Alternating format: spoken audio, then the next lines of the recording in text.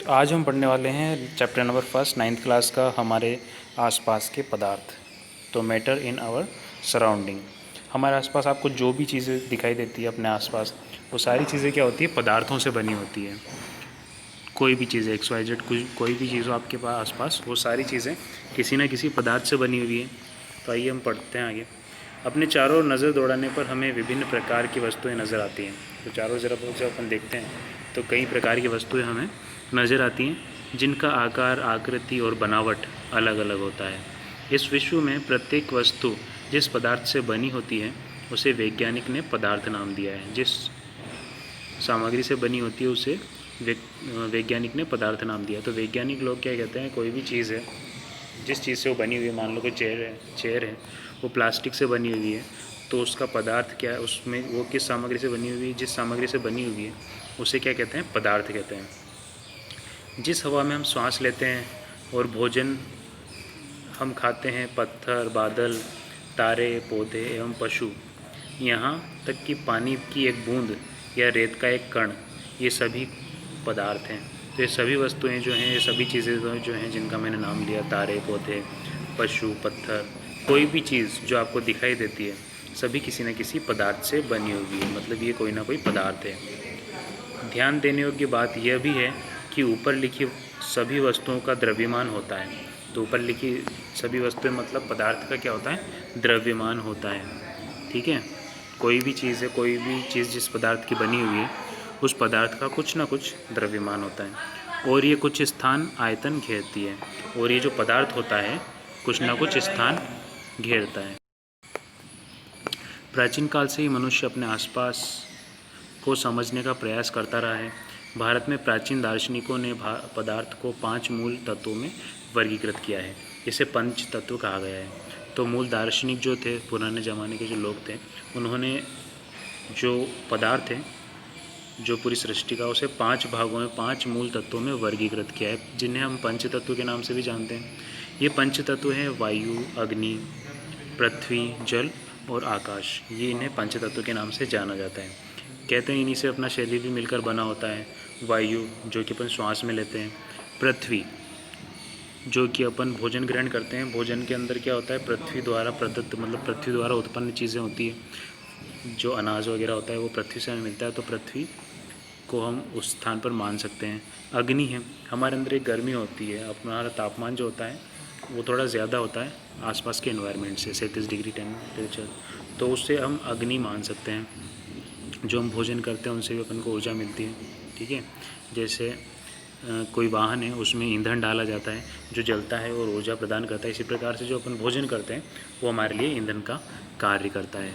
जल और आकाश, और आप जानती हो 70 to 80% अपना शरीर जो है वो जल से ही बना होता है। ठीक है, और आकाश मतलब स्पेस, हमारे शरीर ने इस वायुमंडल में, इस वातावरण में कुछ ना कुछ स्पेस घेर रखा है, तो वो भी हमारे अंदर आता है, तो उससे हम आकाश मान सकते हैं, जो स्थान हमने घेर रखा है।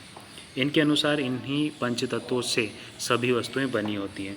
तो दार्शनिक लोग यूँ कहते हैं कि इन्हीं पंच तत्वों से पृथ्वी पर सृष्टि में सारी चीज़ें बनी हुई हैं, चाहे वो सजीव हो या निर्जीव हो। उस समय ये यूनानी दार्शनिकों ने भी पदार्थ को इसी प्रकार वर्गीकृत किया गया था। उस समय के जो यूनानी दार्शनिक थे, यूनान के लोग जो थे, उन्होंने भी पदार्थ को इन्हीं 5 वर्गों में वर्गीकृत किया था।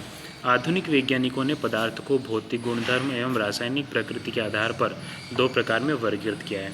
जो आधुनिक वैज्ञानिक है उन्होंने गुणधर्म और रासायनिक प्रकृति के आधार पर, भौतिक गुणधर्म और रासायनिक प्रकृति के आधार पर 2 वर्गों में वर्गीकृत किया है। इस अध्याय में हम भौतिक गुणों के आधार पर पदार्थ के बारे में ज्ञान अर्जित करेंगे।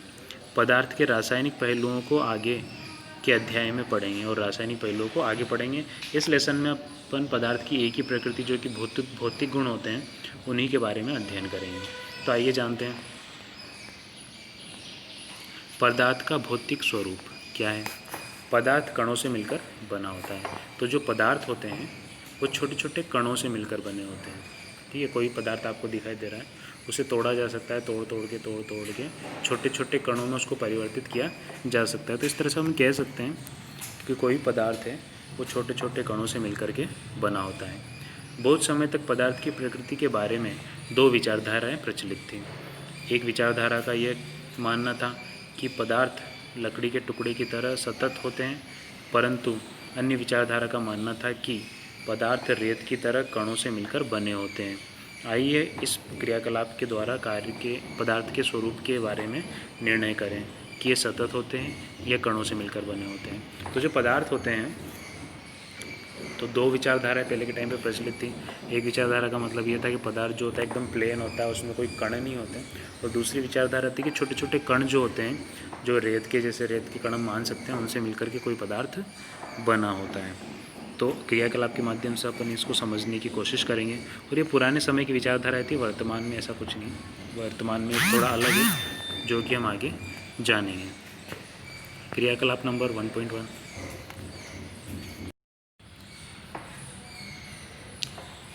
एक 100 ml का बीकर लें। इस बीकर को जल से आधा भरकर जल के स्तर पर निशान लगा दें। तो एक बीकर लेना है, बीकर को जल से आधा भरना है, और बीकर जो है 100 ml का अपना, और इसको आधा भरना है, और जहाँ तक इसको भरा है वहाँ पर इसका निशान लगा दें। दिए गए नमक या शर्करा को कांच की छड़ की मदद से जल में घोल दें। और कुछ नमक लें और शर्करा लें, जिसको हम उस बीकर में डालेंगे और छड़ की सहायता से उसको घोल देंगे। जल के स्तर में आए बदलाव का अध्ययन करेंगे, और जो अपन ने निशान लगाया था, जो टिक किया था, उसमें बदलाव कितना हुआ उसको देखेंगे कि कितना वो ऊपर आया या नीचे गया है। ठीक है, आपके अनुसार नमक या शर्करा का क्या हुआ, ये कहाँ गायब हो गए? ठीक है, क्या जल के स्तर में कोई बदलाव आया है? तो हम देखेंगे कि जो जल हमने भरा था बीकर में, उसमें जब अपन ने नमक और शर्करा डाली तो उसको कुछ समय तक घोला, तो घोलने पर वो अदृश्य होकर दिखाई नहीं देंगे, क्योंकि पानी में घुल गए, आपको पता है। उसके बाद अगर अपन देखें तो जो टिक अपन ने लगाया था, उस टिक से थोड़ा सा ऊपर वो पानी चला जाएगा। ऐसा क्यों हुआ? क्योंकि उसमें अब कुछ स्थान किसने घेर लिया है, जो हमने नमक और शर्करा उसमें घोली थी उसने घेर लिया है। इस वजह से हमें पता नहीं चला, इस वजह से वो जो लेवल था वो थोड़ा सा ऊपर हो गया है पानी का। इन प्रश्नों के उत्तर पाने के लिए हमें इस विचार को स्वीकार करना होगा कि सभी पदार्थ कणों से बने होते हैं। उपरोक्त क्रियाकलाप में चम्मच में रखी गई नमक या शर्करा अब पूरे पानी में घुल गई है, जैसा कि चित्र में दर्शाया गया है। ठीक है,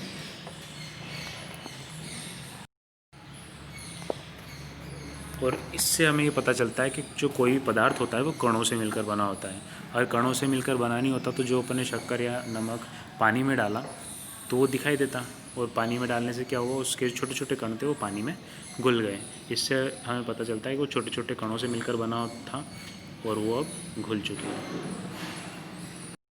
यहाँ पर देखिए चित्र में भी दर्शाया हुआ है, एक बीकर लिया अपन ने और लाख गुना आवर्धित किए गए जल के कण। ठीक है, जल में हमने सबसे पहले देखिए यहाँ पर फर्स्ट जो चित्र है, जल में हमने नमक डाला, और नमक डालने पर क्या होगा, हिलाया, और हिलाने पर जल और नमक एक दूसरे में घुल जाते हैं। तो जब हम जल में नमक घोलते हैं तो नमक के कण जल के कणों के बीच रिक्त स्थानों में समावेशित हो जाते हैं। पदार्थ के कण कितने छोटे होते हैं? तो आइए जानते हैं, पदार्थ के कण जो होते हैं, कोई पदार्थ है उसके कण जो हैं कितने छोटे हो सकते हैं। पोटेशियम परमैंगनेट के 2 या 3 क्रिस्टल को 100 ml पानी में घोल लें। ठीक है, क्रियाकलाप से इसको समझने की कोशिश करेंगे। पोटेशियम परमैंगनेट लेंगे, और पोटेशियम परमैंगनेट के 2 या 3 क्रिस्टल, 2 या 3 दाने लेंगे, और उसको 100 ml पानी में घोल लेंगे। इस घोल में से लगभग 10 ml घोल निकाल कर उसे 90 ml जल में मिला देंगे।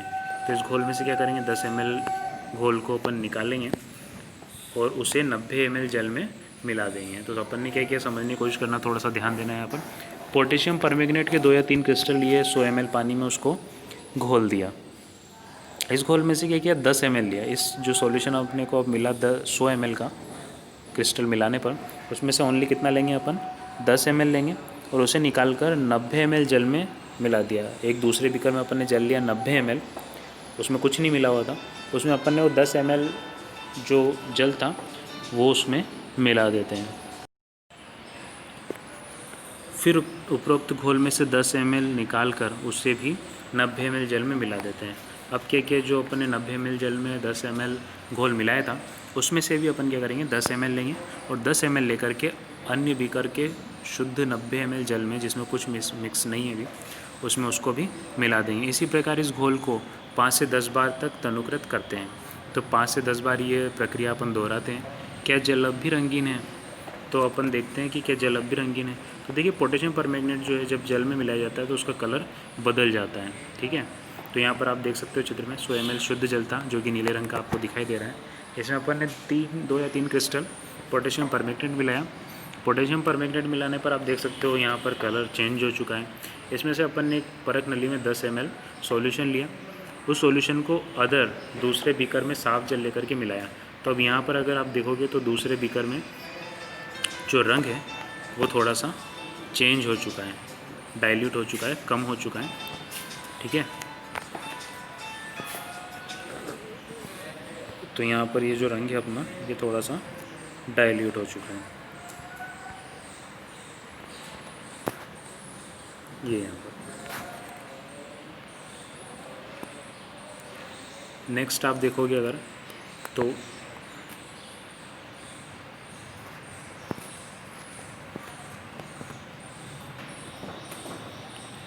नेक्स्ट अगर आप देखोगे तो 10 ml फिर से लिया अपन ने, 10 ml निकाल करके शुद्ध जल में उसको फिर से मिक्स किया।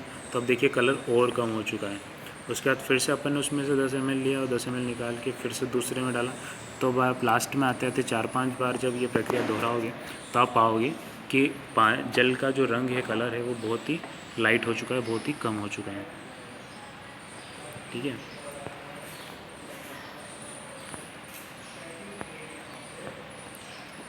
इस प्रयोग से हमें क्या पता चलता है?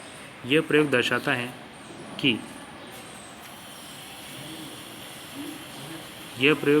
है कि पोटेशियम परमैंगनेट के बहुत थोड़े से क्रिस्टलों से पानी की बहुत अधिक मात्रा 1000 ml भी रंगीन हो जाती है। इससे हम ये निष्कर्ष निकाल सकते हैं कि पोटेशियम परमैंगनेट के केवल एक क्रिस्टल में कई सूक्ष्म कण होते हैं। ये कण छोटे छोटे कणों में विभाजित हो सकते हैं, होते रहते हैं। अंततः एक स्थिति में कण और छोटे भागों में विभाजित नहीं किए जा सकते। पोटेशियम परमैंगनेट की जगह 2 ml डेटॉल से भी हम यह क्रियाकलाप कर सकते हैं। लगातार तनुकृत होने पर भी उसकी महक हमें मिलती रहती है। पदार्थ में कण बहुत छोटे होते हैं, इतने छोटे कि हम कल्पना भी नहीं कर सकते। तो कोई पदार्थ है उसके कण बहुत ही छोटे होते हैं और इतने छोटे होते हैं कि हम कल्पना भी नहीं कर सकते। तो इस प्रयोग के द्वारा आपको समझ में आया होगा। प्रयोग को मैं एक बार और समझाता हूँ। देखिए हमने क्या किया, यहाँ पर हमने एक बीकर लिया, उसमें साफ जल था, उसमें हमने पोटेशियम परमैंगनेट मिलाया और पोटेशियम परमैंगनेट मिलाने के बाद कलर एकदम से चेंज हुआ जल का और वो एकदम से डार्क हो गया। उसके बाद अपन ने 10 ml एक परख नली में निकाला और उसके 10 ml को अन्य साफ़ पानी में मिलाया और साफ़ पानी में जब मिलाया तो कलर थोड़ा सा लाइट हुआ। उसके बाद फिर 10 ml निकाला, फिर अपन ने दूसरे बीकर के साफ पानी में मिलाया तो फिर से थोड़ा सा लाइट हुआ और जैसे जैसे अपन बीकर बदलते जा रहे थे वैसे कलर लाइट होता जा रहा था। तो इससे हमें ये पता चलता है कि पोटेशियम परमैंगनेट में लास्ट तक भी पोटेशियम परमैंगनेट के कण उपस्थित थे, इसी वजह से जल का कलर बदलता जा रहा था। लेकिन जैसे जैसे हम बीकर बदलते जा रहे थे वो पोटेशियम परमैंगनेट की जो मात्रा थी वो धीरे धीरे कम होती जा रही थी। और इसी प्रकार से आप ये प्रयोग अगर आपके घर पे ना हो पोटेशियम परमैंगनेट और नॉर्मली होता भी नहीं है तो आप डेटॉल की सहायता से भी इसको प्रयोग को दोहरा सकते हैं। 2 ml डेटॉल लीजिए, उसको पानी मिलाइए और उसके बाद बीकर को चेंज करते रहिए तो आप पाएंगे कि लास्ट तक भी डेटॉल की स्मेल आती है। तो इसका मतलब अगर स्मेल आ रही है उस पानी में से तो इसका मतलब है कि उसमें डेटॉल उपस्थित है, डेटॉल के कण उपस्थित हैं। पदार्थ के कणों में अभिलाक्षणिक गुण।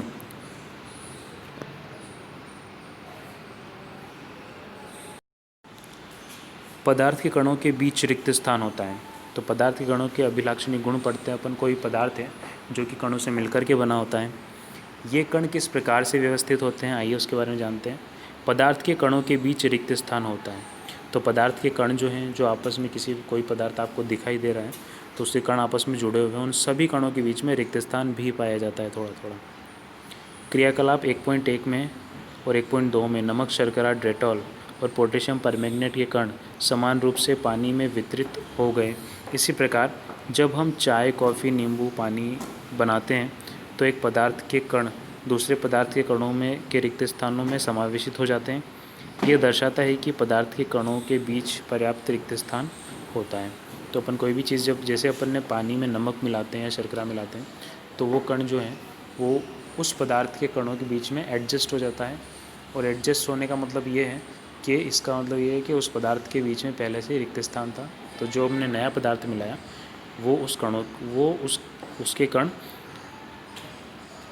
दूसरे पदार्थ के रिक्त स्थान में अपना स्थान ढूंढ लेते हैं और वहाँ पर फिक्स हो जाते हैं।